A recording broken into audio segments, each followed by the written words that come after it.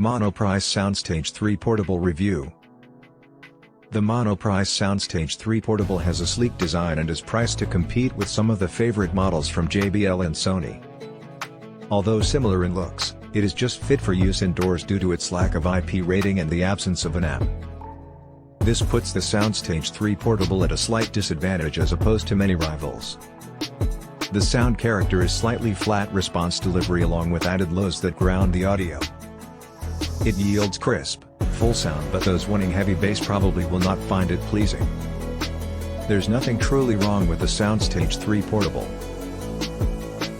However, it does seem as though shortcuts were taken in different departments, eventually leading to more appealing portable choices for this price range. The 10.8-pound Soundstage3 Portable, measuring 6.9 by 13.6 by 7.3 inches, has a minimalist aesthetic in either black or white with a leather handle accent.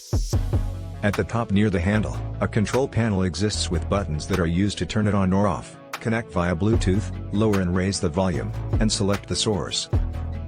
A battery status light emitting diode is included. No controls for playback are present, which seems like an oversight due to the presence of a power switch on the back. The LEDs aren't visible from an angle or far away, they must be seen from directly above, and one on our model appeared sunken compared to the others. When adjusting the sound from the speaker itself, it's independent of any device you are connected to on Bluetooth, which isn't usual for modern connections. Resting on the back of the panel is a text that's not very pretty to look at, but we have come across worse. Set above the port that connects the power cable is the master power switch. You have access to many different ports: the optical input, a 3.5mm aux input, an RCA input, and an RCA subwoofer output. And furthermore, a USB port allows you to use the battery of Soundstage3 to fuel your equipment. Additionally, there is an open vented location for improved driver performance.